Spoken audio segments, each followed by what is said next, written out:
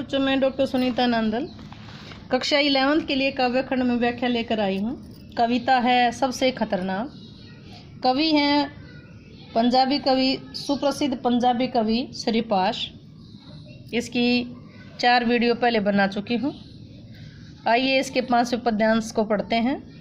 सबसे खतरनाक वह रात होती है जो जिंदा रूह के आसमानों पर ढलती है, जिसमें सिर्फ उल्लू बोलते हैं और हुआ हुआ करते गिद्दड़। हमेशा के अंधेरे बंद दरवाजों चौगाटों पर चिपक जाते हैं। चौगाटों मीन चौखटों पर। सबसे खतरनाक वह दिशा होती है जिसमें आत्मा का सूरज डूब जाए और उसकी मुर्दा धूप का कोई एक टुकड़ा आपके जिस्म के पूरब में चुभ जाए। मेहनत की लूट सबसे खतरनाक नहीं होती, पुलिस की मार सबसे खतरनाक नहीं होती, गद्दारी लोभ की मुट्ठी सबसे खतरनाक नहीं होती। कवि कहते हैं कि सबसे खतरनाक वह रात होती है जो जीवित रूह आत्माओं के ऊपर ढलती है। सबसे खतरनाक वह रात होती है वो जो जीवित आत्माओं के आसमानों पर ढलती है, जो जीवित आत्माओं पर आ ढलती है, जो जीवित आत्माओं पर आ ढलती है, जिसमें सिर्फ उल्लू बोलते हैं। रात को उल्लू बोलते हैं, रात के समय केवल उल्लू बोलते हैं और गीदड़ की हुआ की आवाज़ गीदड़ करते हैं। जिसमें रात को सिर्फ उल्लू बोलते हैं और हुआ करके गीदड़ बोलते हैं। हमेशा के अंधेरे बंद दरवाजे चौगाटों पर चिपक जाते हैं। जो उल्लू हैं वो हमेशा बंद दरवाज़ों अंधेरे में, इतना अंधेरा होता है कि अंधकार के समय उल्लू दरवाज़ों और चौखटों पर आकर के चिपक जाते हैं। सबसे खतरनाक वो रात होती है जिसमें जीवित आत्मा आसमानों पर ढलती है। उसमें केवल उल्लू बोलते हैं या गीदड़ की हुआ की आवाज़ आती है। और हमेशा अंधेरे बंद दरवाज़ों पर उल्लू हमेशा बंद अंधेरे दरवाज़ों और चौखटों पर आकर के चिपक जाते हैं। कवि कहते हैं कि सबसे खतरनाक वो दिशा होती है, सबसे खतरनाक वो दिशा होती है जिसमें आत्मा का सूरज डूब जाए। कवि कहते हैं कि सबसे खतरनाक वो दिशा होती है जिसमें मनुष्य की आत्मा का सूरज डूब जाए, अर्थात मनुष्य को अच्छे बुरे की पहचान खत्म हो जाए, मनुष्य की आत्मा ही मर जाए और उसकी मुर्दा धूप का कोई टुकड़ा आपके जिस्म के पूरों में चुभ जाए। उसकी मुर्दा धूप का कोई टुकड़ा मतलब जो रूढ़िवादी विचारधारा हैं वो उसका कोई हिस्सा आपके शरीर में, आपकी आत्मा में आकर के चुभ जाए। कवि क्या कहता है? जिसकी आत्मा मर चुकी है, मतलब वो दिशा, वो स्थिति सबसे खतरनाक होती है जब मनुष्य की आत्मा मर जाती है, मनुष्य की आत्मा का सूरज डूब जाता है, उससे अच्छे बुरे की पहचान ही नहीं होती। और उसमें एक रूढ़ियों से ग्रस्त एक टुकड़ा, एक धूप का टुकड़ा। धूप कौन सी थी? जो आपको सचेत कर रही थी, यानी कि जो आपकी आत्मा मर चुकी थी, वो सूरज डूब गया, उस सूरज की धूप का कोई एक टुकड़ा आपके शरीर में आकर के पूरों में चुभ जाए। अर्थात जो रूढ़ियाग्रस्त जो चीज़ हैं, रूढ़ियाग्रस्त और प्रभावहीन जो चीज़ है वो आपके जिस्म में चुभ जाए। कवि कहते हैं कि मेहनत की लूट सबसे खतरनाक नहीं होती।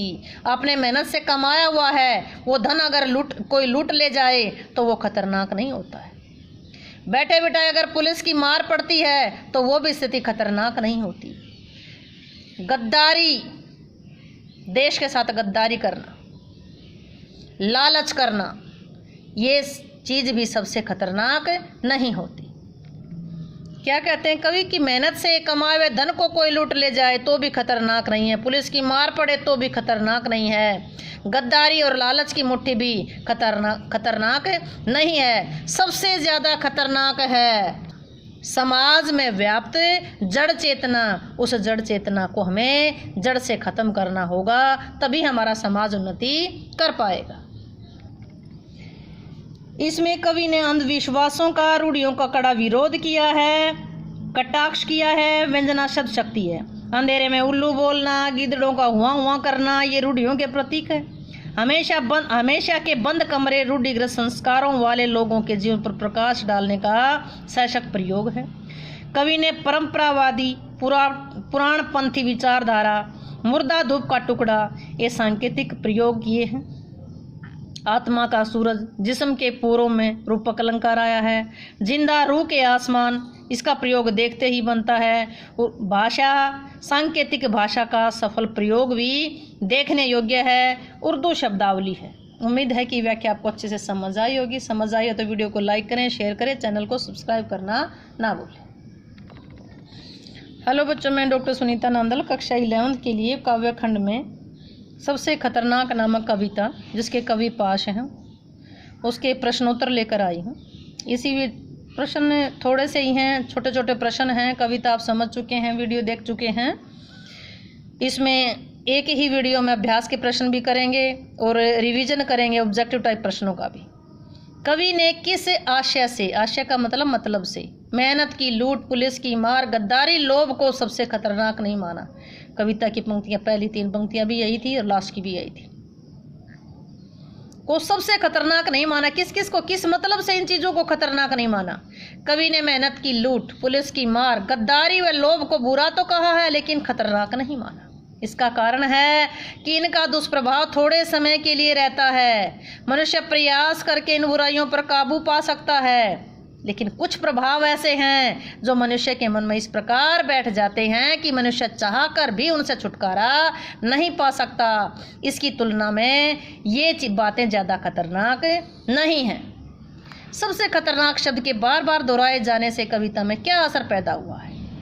सबसे खतरनाक शब्द के बार बार दोहराए जाने से पाठक का ध्यान उन बातों की ओर आकृष्ट हुआ है जो वास्तव में सबसे खतरनाक सिद्ध हो सकती हैं।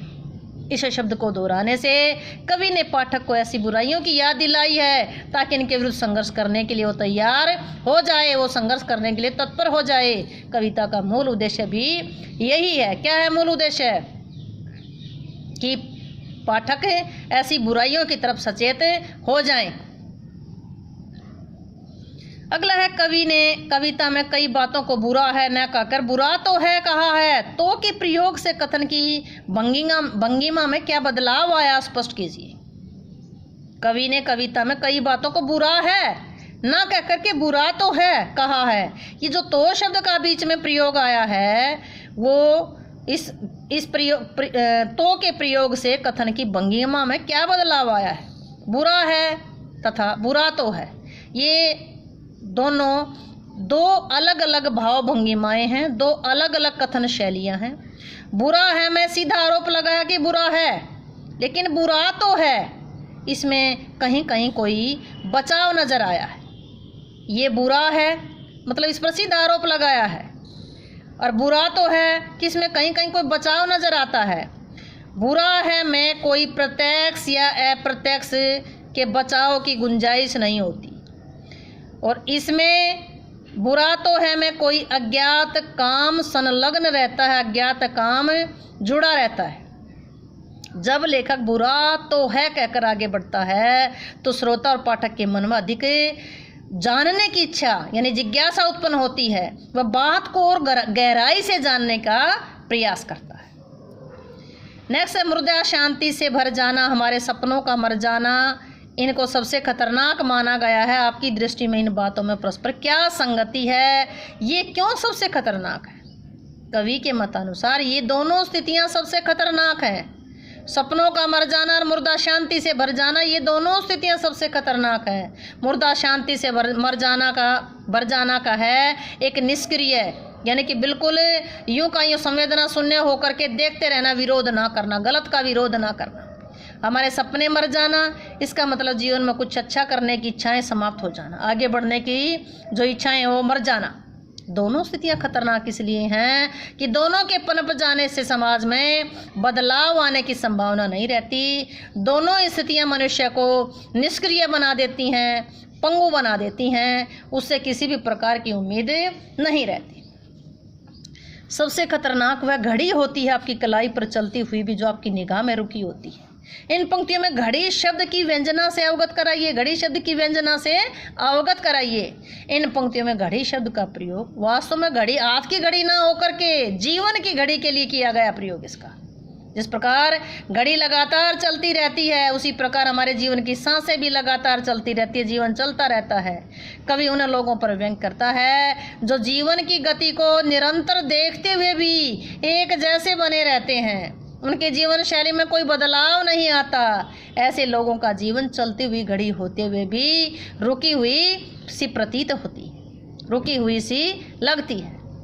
वह चांद सबसे खतरनाक क्यों होता है जो हर हत्याकांड के बाद आपकी आंखों में मिर्चों की तरह नहीं गड़ता है, नहीं चुभता है।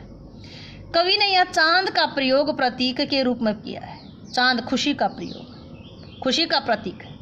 कवि के कहने का तात्पर्य है कि हत्याकांड के बाद जिस परिवार में हत्या की गई है उस परिवार में शोक का वातावरण छाया रहता है। उस समय जो चांद की चांदनी है वो उन्हें शांति देने की बजाय उनके दुख में उस चांदनी को सम्मिलित होना चाहिए। उस समय का चांद तो लोगों की आंखों में मिर्चों की भांति चुभने वाला लगना चाहिए, लेकिन लोग चांद को देखकर खुश होते हैं। कवि ने यहाँ अपने खुशियों में मग्न होकर के दूसरों के दुख दर्द को भूलने वाले लोगों पर व्यंग किया है, जो अपने खुशियों में दूसरों के दर्द को भूल जाते हैं। जब हत्याकांड के पश्चात कुछ लोग दर्द में लीन हों या करुण रुदन कर रहे हों तो उनके दुख दर्द को बांटने की अपेक्षा लोग अपनी अपनी खुशियां दिखा रहे होते हैं। ऐसी खुशियां निश्चय ही खतरनाक होती। अब तक हमने पढ़े अभ्यास के प्रश्न, उम्मीद है आपको अच्छे से समझ आए होंगे। अब इसके अध्याय का तीव्र अध्ययन करते हैं। Objective type question. सबसे खतरनाक शीर्षक कविता के कवि का नाम है पाश। मेहनत की लूट का तात्पर्य है परिश्रम, मेहनत से कमाई हुई जो पूंजी है, मेहनत की कमाई का लुट जाना। जुगनू की लो में पड़ना, हमारे पास साधन नहीं है। जुगनू एक जिसको पट बीजना भी बोलते हैं, रात के समय अंधकार ज़्यादा है, उस जुगनू की लो में यानी कि जुगनू के प्रकाश में पढ़ाई थोड़ा होती है, यानी कम साधनों में भी जीना। मुठियाँ बींचकर वक्त निकालना, मतलब मुठियाँ कभी गुस्से में मुठियाँ बींचना, गुस्से को रोकना। कवि के अनुसार सबसे खतरनाक क्या है? विरोध के संकल्प का क्षीण होना, विरोध करने का जो संकल्प है उसका कमजोर होना। कवि ने जीवित मृत्यु किसे कहा है? प्रतिकूल स्थितियों का विरोध ना करना, जो विरोधी परिस्थितियां हैं उनका विरोध ना करना, जो हमारी जिंदगी में रुकावट डालने वाली स्थितियां हैं उनका विरोध ना करना जीवित मृत्यु है। जमी बर्फ यानी भावनाओं पर बर्फ जम गई का मतलब क्या है? संवेदनाएं मर गई, संवेदना शून्य होना। कवि ने किस आंख को सबसे खतरनाक बताया है? जो संवेदना शून्य हो। जो संवेदना शून्य हो वो सबसे खतरनाक है। कवि ने हिंसा से भी अधिक खतरनाक किसको बताया है? हिंसा के प्रति उदासीनता को। प्रस्तुत कविता में चांद किसका प्रतीक है? बनावटी शांति का। चांद किसका प्रतीक है? बनावटी शांति का। मिर्च की तरह गड़ना मुहावरे का अर्थ क्या है? कष्ट पहुंचाना। मिर्च जैसे आंखों में मिर्च गिरती है तो कितना दर्द होता है, यानी कष्ट पहुंचाना। कवि के अनुसार कौन सी रात खतरनाक होती है? जो जीवित आत्माओं के आसमान पर ढलती है, जो जीवित आत्माओं के आसमान पर ढलती है।